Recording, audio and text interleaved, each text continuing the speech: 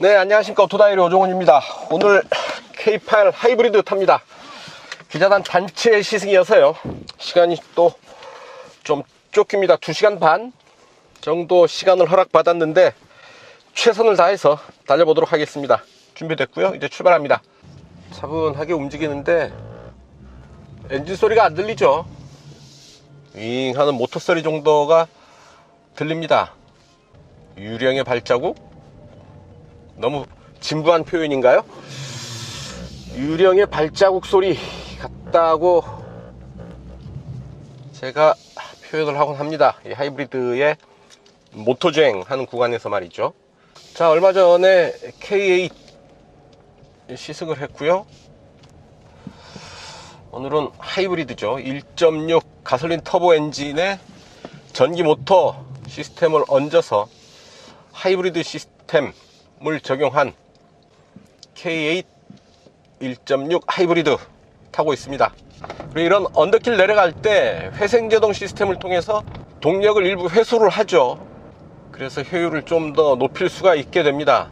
차선에 걸칠 때 스티어링 휠을 통해서 진동이 쭉 전해져 오네요. 스마트폰은 여기 놔두면 무선 충전이 일어나죠. 12.3인치 모니터 2개를 이어 붙여서 정보창을 표시를 하고 있죠. 연결 부위를 잘 만들어 놓고 있는데 손을 대니까 바로 때가 타네요. 신호대기 하는 중에 잠깐 살펴보죠. 자, 스티어링 휠 완전히 돌렸고, 하나, 둘, 2.5회전 여전하죠. 이 차 크기를 다루기에 딱 좋은 정도의 조향비 아닌가 싶습니다. 약간 타이트한 정도의 조향 감각 기대해 볼 수 있는 수준일 테고요. 자, 화면은 3개로 분할해서 볼 수가 있죠. 연비 정보 이렇게 볼 수가 있고, 운전자 보조에 스마트 크루즈 컨트롤, 주행 편의에는 고속도로 주행 보조, 고속도로 차로 변경 보조, 고속도로 주행 속도 조절 뭐 이런 기능들 들어와 있습니다.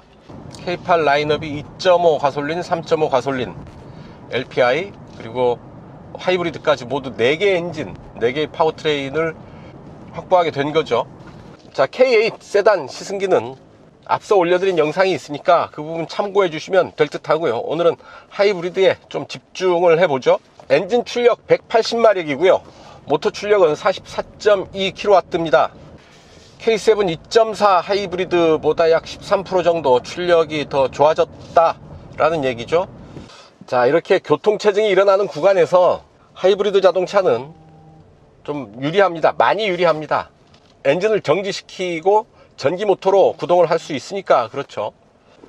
그러면 배터리가 3칸 정도 남았네요. 약 절반 밑으로 떨어졌는데, 이렇게 저속으로 움직일 때는 엔진은 쉬고 있죠. 배터리에서 모터를 통해서 구동력을 전달하고 있는 것 확인을 할 수가 있습니다. 이런 정체 구간에서 이런 내연기관 차들은 계속 엔진을 돌리면서 공회전을 하면서 움직이게 되죠. 연비도 안 좋아지게 될 뿐 아니라 배기가스가 계속 배출이 되면서 환경에도 그렇게 썩 좋은 영향을 미치지가 않게 되죠. 악영향을 끼치게 됩니다. 하이브리드 자동차는 이런 정체 구간, 저속 주행 구간에서 전기의 힘만으로 움직일 수가 있다라는 얘기죠. 연비를 끌어올리고 배출가스 제로인 상태가 되면서 좀 더 경제적이다, 좀 더 친환경적이다 라는 부분을 바로 이런 상황에서 확인을 할 수가 있게 됩니다. 자, 연비는 14.1에서 14.2로 계속 올라가죠. 오히려 체증 구간에서 연비가 올라가는 상황을 보게 됩니다. 뭐 그렇다고 교통체증이 좋은 건 아니죠. 체증으로 답답할 때 그나마 하이브리드 자동차는 내연기관 자동차보다는 조금 더 여유 있게 움직일 수 있겠다 정도로 말씀을 드리면 어떨까 싶습니다. 스트레스를 조금은 덜 받게 된다라는 얘기입니다. 일단 실내 조용하고요. 워낙 조용하니까 이 사소한 소리들이 오히려 더 크게 들리는 그런 면이 있죠. 윙하고 들리는 하이브리드 자동차 특유의 소리, 만약에 주변에 보행자들이 있을 때 차의 존재를 알리기 위해서 일부러 내는 소리입니다. 아, 헤드업 디스플레이 아주 시원하게 펼쳐지네요. 앞창에 시선이 딱 머무는 곳에 정확하게 아주 넓은 화면으로 헤드업 디스플레이를 보여주고 있습니다. 자동차의 기계적인 그런 완성도, 또 현대기아차 이제 상당한 수준에 올라와 있지만 안전 편의 장비들 적용하는 부분들이 상당히 수준이 높죠. 헤드업 디스플레이, 내비게이션, 그리고 고속도로 주행 보조 시스템, 어댑티브 크루즈 컨트롤, 차선 이탈 보조 장치들, 그리고 실내 공기를 조절해주는 공기청정 모드들, 이런 부분들의 수준이 상당히 높습니다. 그래서 동급의 비슷한 가격에 비슷한 성능의 수입차들에 비해서 안전 및 편의 장비의 수준이 훨씬 높죠. 수입차를 살 필요는 없지 않을까 라고 생각하는 소비자들이 갈수록 더 많아지고 있다 라는 얘기죠. 자, 올림픽도로에 올라서서 잠깐 스티어링 휠에서 손을 놓아 봅니다. 오른쪽으로 돌아 나가는데요, 차로의 중앙을 정확하게 잘 유지를 하고 있죠. 자, 제한속도, 교통표지판도 읽고 있고요. 차간거리는 하나, 둘, 세 단계로 조절이 가능합니다. 드라이브 모드는 스포츠, 에코, 그리고 길게 누르면 스마트 모드가 되네요. 차가 기울 때 반대쪽 시트가 좀 부풀어줍니다. 안에 공기주머니를 부풀려줘서 운전자가 몸의 중심을 딱 잡을 수 있도록 해주고 있네요. 차의 움직임이 시트도 대응을 하고 있는 겁니다. 운전자가 몸의 중심을 잘 잡고 있어야 차를 좀 더 안정적으로 컨트롤할 수가 있게 되죠. 요즘 추세를 보면 기아가 답인 것 같아요. 같은 한 집안 식구인 현대차와 경쟁하는데 전혀 밀리지 않습니다. 오히려 좀 더 강한 경쟁력을 보여주고 있는데요, 판매량이 단적으로 얘기를 해주고 있죠. 소렌토, K5, 산타페와 소나타를 추월하고 있죠. K8도 이제 곧 그랜저를 넘어설 듯 하고요. 자, 킥다운 밟아보는데, 자, 킥다운 버튼은 없네요. 가속 페달은 아무 저항 없이 밋밋하게 끝까지 밟힙니다. 엔진 배기량이 1.6L 좀 부족한 거 아닌가 싶은 생각도 들기는 하는데요, 전기 모터가 또 추가로 동력을 제공하고 있으니까요, 제원표상의 숫자상으로만 본다면 좀 부족하지 않을까 싶은 생각이 드는데, 막상 핸들을 잡아보면 충분한 힘을 보여줍니다. 자, 쭉 가다가 엑셀 오프하게 되면 회생제동 시스템이 작동되면서 배터리를 충전하는 것 확인할 수가 있습니다. 아까 출발할 때 절반에 못 미쳤던 배터리가 이제 한 80% 정도 올라왔죠. 자, 전기자동차의 배터리, 하이브리드 자동차의 배터리, 똑같은 배터리를 사용을 하고 있지만 배터리 특성이 좀 다르죠. 일단 전기자동차는 대용량 배터리를 사용을 하게 되고요, 하이브리드용은 비교적 작은 용량의 배터리를 사용을 하고, 그 배터리는 수시로 충방전이 일어납니다. 회생제동 시스템을 통해서 충전이 일어나고요, 또한 배터리가 떨어지면 엔진이 가동되면서 또 배터리를 충전하기도 합니다. 그래서 100% 충전되는 일이 거의 없고요, 또한 100% 방전되는 일도 없습니다. 전기자동차 같은 경우는 80%까지 충전을 권장하지만 하고자 한다면 100% 충전이 일어나죠. 그리고 100% 방전되는 상황도 전기자동차에서는 가능한 일입니다. 그냥 하이브리드 자동차는 강제로 충전할 수 있는 방법이 사실상 없죠. 차가 알아서, 차와 엔진, 배터리가 알아서 대응을 하기 때문에 운전자는 사실 하이브리드 자동차를 탄다고 해서 크게 신경 쓸 일은 사실 없습니다. 친환경적인 운전, 즉 경제 운전이 되겠죠. 차분하게 차를 다뤄주면 하이브리드 자동차 스스로가 거기에 최적화된 반응으로 이제 움직이게 된다라는 얘기일 테고요. 그리고 12V 배터리를 없앴죠. 음악 하나 들어볼까요? 이 차 메르디앙 오디오 시스템 들어와 있는데요, 블루투스 오디오, 블루투스 오디오를 재생할게. Your ear to the ground. It's the best show in town.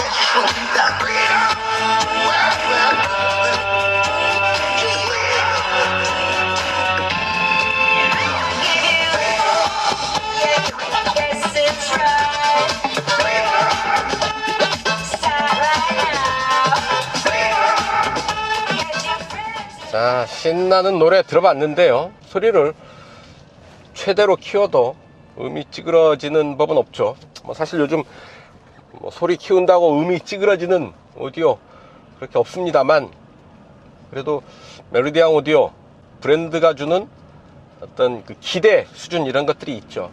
고급 수입차에서나 만나게 되는 유명 브랜드 오디오를 K8에서도 쉽게 만나볼 수 있는 시대가 됐습니다. 오늘 왜 이렇게 체증 구간을 일부러 상당 부분 포함을 시킨 것 같은데요. 시승 구간에 의도가 있지 않나 싶습니다. 체증 구간에서 좋은 연비를 한번 느껴봐라 라는 의도가 아닐까 싶은데요. 의도를 했다면 상당히 영리한 그런 코스 선정이 아닐 수 없겠습니다. 네, 말씀하세요. 뒷좌석 차창 내려주세요. 후석 창문을 열게요. 자, 이렇게 음성 명령으로 뒷좌석 열 수가 있고요. 실내 온도 19도, 19도로 설정할게요. 풍량 2단계, 제가 할 수 있는 일이 아니에요. 바람 약하게, 2단계 바람 세기로 설정할게요. 많은 기능들을 음성 명령으로 작동을 시킬 수가 있고요. 가끔 못 알아먹는 얘기들이 있습니다. 그러면 뭐 서로 알아먹을 수 있는 단어들을 연습을 해야죠. 카카오 아이 기반의 음성 명령 시스템을 통해서 대응을 하고요. 또한 아이한테 말을 가르쳐 주듯이 여러 가지 다양한 언어로 시도를 하게 되면 좀 더 대화의 폭을 넓힐 수도 있게 됩니다. 자동차하고 장난하듯이 대화를 하면서 가는 그런 재미도 있지 않을까 싶어요. 네, 말씀하세요. 오늘 삼성전자 주가 현재 삼성전자 주가는 78,900원이에요. 전일 대비 1,100원 떨어졌어요. 삼성 어떡하냐, 엄청 이제 주가가 빠지네요. 음성 명령으로 이런 실망스러운 소식도 들어볼 수가 있겠습니다. 주행 중에도 이 후방 시야를 이 카메라를 통해서 확인을 할 수가 있죠. 앞뒤 모두 가능하네요. 이 앞부분 시야고요. 그러면 자, 좌우 왼쪽 오른쪽의 시야, 그리고 후방 시야까지 이렇게 확인을 할 수가 있습니다. 룸미러를 통한 후방 시야보다 좀 더 넓은 시야를 확보를 할 수가 있죠. 대신에 거리에 대한 약간의 왜곡, 실제보다 좀 더 멀리 보이게 된다라는 점은 알고 확인을 해야 되겠습니다. 자, 지도 하이브리드 빌트인 캠 부분, 빌트인 캠이 일종의 블랙박스죠. 차의 주변 상황들을 계속 기록해 놓는 그런 부분인데요. 계속적으로 작동하는 만큼 지속적인 전력 소모가 일어납니다. 자동차 연비에 영향을 주는 부분이고요. 그래서 빌트인 캠을 장착하게 되면 공인 연비가 좀 더 안 좋아지게 된다는 점도 알고 계셔야 되겠죠. 발렛 모드 있고 기아 페이, 후석 지침 모드, 세단에 후석 지침 모드가 있네요. 후석 지침 모드는 음악 소리들이 앞에만 들리게 되는 거죠. 뒤에는 스피커가 꺼진 상태가 됩니다. 그리고 볼륨도 25 이상 올라가지 않고요. 뒤에서 좀 더 편하게 잘 수 있게 해놨다라는 얘기입니다. 폰 프로젝션, 안드로이드 오토, 애플 카플레이 가능하고요.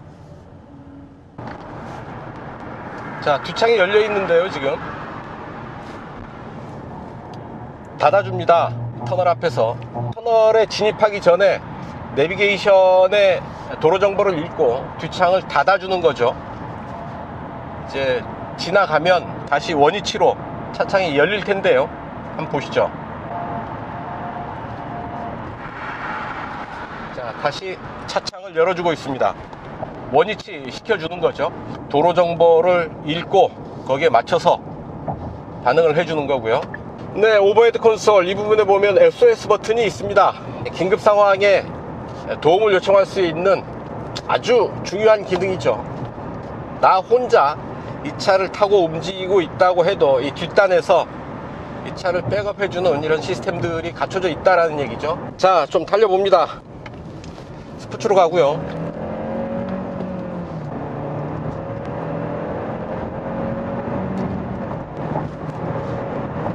자, 거침없는 질주 이어가고 있죠. 바람 소리가 좀 들어오는데요, 힘의 질감이 그렇게 꽉 찬 느낌은 아닙니다. 1.6 작은 배기량의 터보 엔진이 부지런히 돌아가서 필요한 힘을 맞춰내는 그런 느낌인 거죠.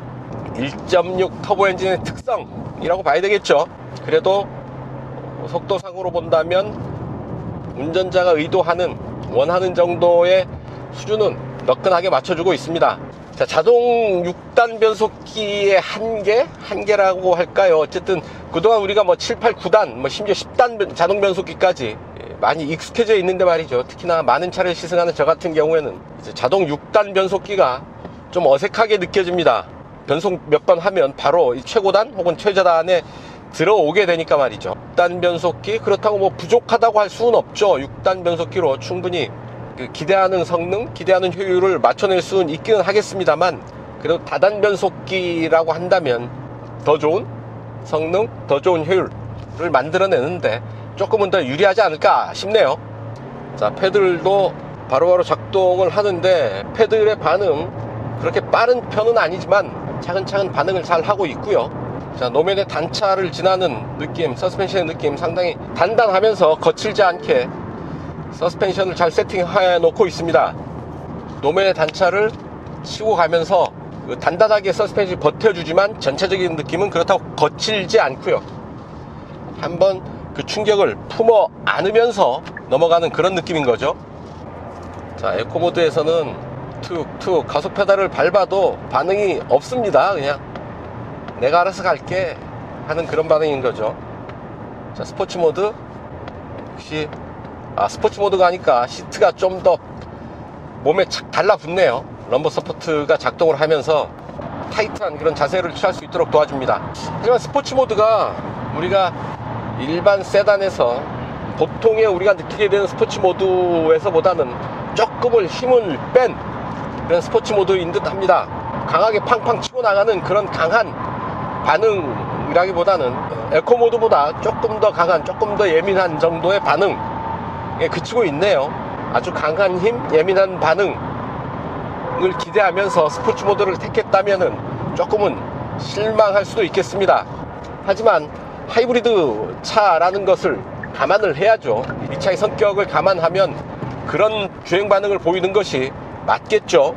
일단 시트가 좋습니다. 이 주행 상황에 따라서 몸을 잡아줬다 놔줬다 하는 이런 반응이 오늘따라 좀 와 닿는데요. 잘 달립니다. 원하는 만큼의 성능을 잘 보여주고 있고요. 엔진 소리는 크게 들리는 듯 맞는 듯 하고요. 빨리 달리는 구간에서도 엔진 소리보다 바람 소리가 좀 더 크게 들리고요.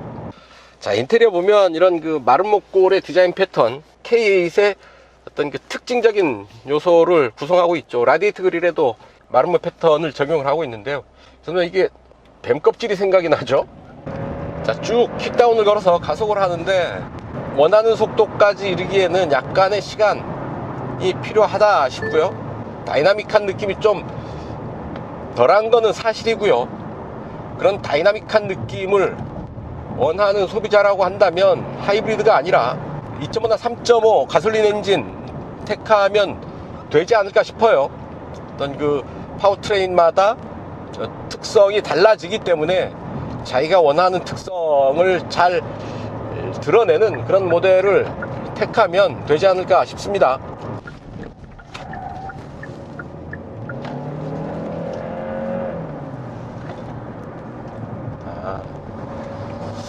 코너 좋네요. 전륜구동이죠. 전륜구동 차여서 아무래도 좀 과한 코너링에서는 타이어도 비명을 좀 지르고요. 약간 힘들어하는 모습 보여주고 있습니다.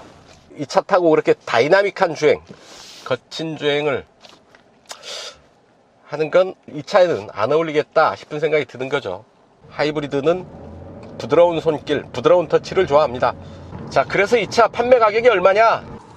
3,698만원서부터 4,287만원까지 책정되어 있습니다.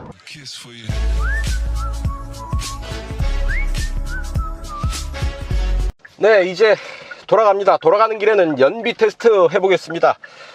이곳 출발해서 워커힐까지 약 60km 정도 되는데요. 에코 모드로 가고요. 에어컨은 20도 약 2단계로 세팅을 합니다. 자, 연비 세팅 새로 했고요. 자, 출발합니다. 18인치 타이어에 빌트인 캠 적용을 해서 이 차의 연비 16.8km/L입니다. K8 하이브리드 중에서 18인치 타이어와 빌트인 캠을 적용을 해서 가장 안 좋은 수준의 연비가 그렇고요. 17인치 타이어를 장착을 하면 리터당 18km까지도 인증을 받았습니다. 차급에 비해서 상당히 높은 수준의 연비 확보하고 있다라는 얘기가 되겠죠. 결국은 효율을 아주 극대화한 차다라고 얘기를 할 수밖에 없죠. 1.6 터보 엔진을 얹었습니다. 다운사이징 얘기를 하지 않을 수가 없네요. 엔진의 배기량을 최대한 낮췄고요. 거기에 터보를 올려서 힘을 보강을 했고, 전기 모터, 전기 배터리와 전기 모터의 힘을 더해서 이 차에 필요한 힘을 만들어내는 방식을 택하고 있는 거죠. 자, 이 차 공차 중량이 1650km입니다. 차급에 비해서는 가벼운 편이라고 볼 수가 있을 테고요. 거기에 엔진 오토 스탑 그리고 하이브리드 시스템 적용하고 있어서 연비에 최적화한 세팅이다 라고 볼 수가 있습니다. 자, 이렇게 워커힐까지 도착을 했고요. 자, 최종 연비 약 58분, 그러니까 1시간 동안 60.8km를 달려서 평균 주행 연비 23.6 기록을 했습니다. 오늘도 무사히 시승 마쳤다는 보고 드리면서 연비 테스트 여기서 정리하겠습니다.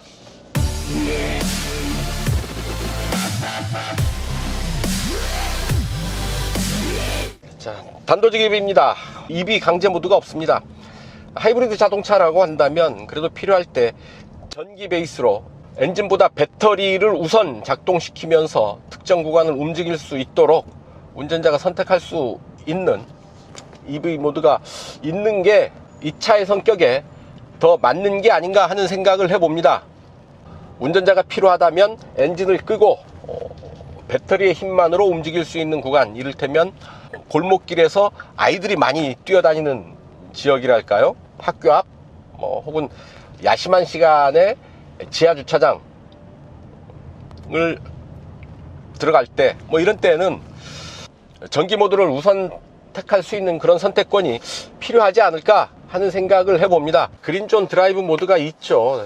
학교 주변이나 이렇게 대경경 개선이 필요한 지역에서는 EV 주행을 확대한다, 그러니까 전기차 주행을 확대한다 라는 얘기인데요. 그린존 드라이브 모드를 선택을 하면 EV가 커버하는 범위가 좀 더 넓어지는 면은 있습니다만, 그렇다면 이 부분을 별도 버튼으로 하나 만들어서 필요할 때마다 그때마다 쉽고 편하게 작동할 수 있게 하는 게 맞겠죠. 찾아 들어가서 몇 단계를 거쳐서 설정하다 보면 작동하기가 불편해서 점점 더 쓰지 않게 됩니다. 차선 변경 지원 시스템은 좀 더 다듬어야 될 필요가 있어 보입니다. 어떤 때는 되고 어떤 때는 안 되는데, 안 되는 경우가 좀 더 많지 않은가 하는 생각이 드네요. 네, 전체적으로 K8 하이브리드 상당히 차분하고 편안하고 조용한 준대형 세단이다 싶습니다. 제품의 품질, 완성도 상당히 높은 수준에 세팅되어 있다 싶고요. 특히나 하이브리드 파워트레인을 적용을 해서 친환경 자동차로서의 면모도 잘 갖추고 있지 않나 하는 생각을 하게 됩니다. 이제 K8에서 선택할 수 있는 폭이 좀 더 넓어진 거죠. 모두 4개의 파워트레인 갖추고 있어서 K8의 최고 트림으로서 좀 더 파워풀한 주행을 즐길 수 있는 3.5가 있다고 한다면 1.6 터보 기반의 이 하이브리드 시스템, 좀 더 효율에 집중한, 그래서 합리적인 소비자들의 타겟팅한 그런 고급 세단으로 말씀을 드릴 수 있지 않을까 싶습니다. 준대형 세단의 품위, 그리고 고급스러운 인테리어, 거기에 더해서 아주 우수한 연비 효율까지 고려하는 합리적인 소비자라고 한다면 이 차 K8 하이브리드 눈여겨볼 필요가 있어 보이고요. 충분히 그런 소비자들을 만족시킬 수 있지 않을까 하는 생각을 해봅니다. 자, 그랜저 하이브리드 또 긴장해야 되겠습니다. 만만치 않은 상대가 나와서 이제 시장의 판도가 조금은 더 바뀌지 않을까 싶은 생각이 드는데요. 어차피 같은 집안이기는 하지만 둘의 치열한 경쟁도 한번 기대를 해봅니다. K8 하이브리드의 선전을 기원하면서 오늘 시승은 여기까지입니다. 지금까지 저는 오토다이어리 오종훈이었고요. 좋아요, 구독하기 누르시면 저는 물러가겠습니다. 시청해주셔서 감사합니다.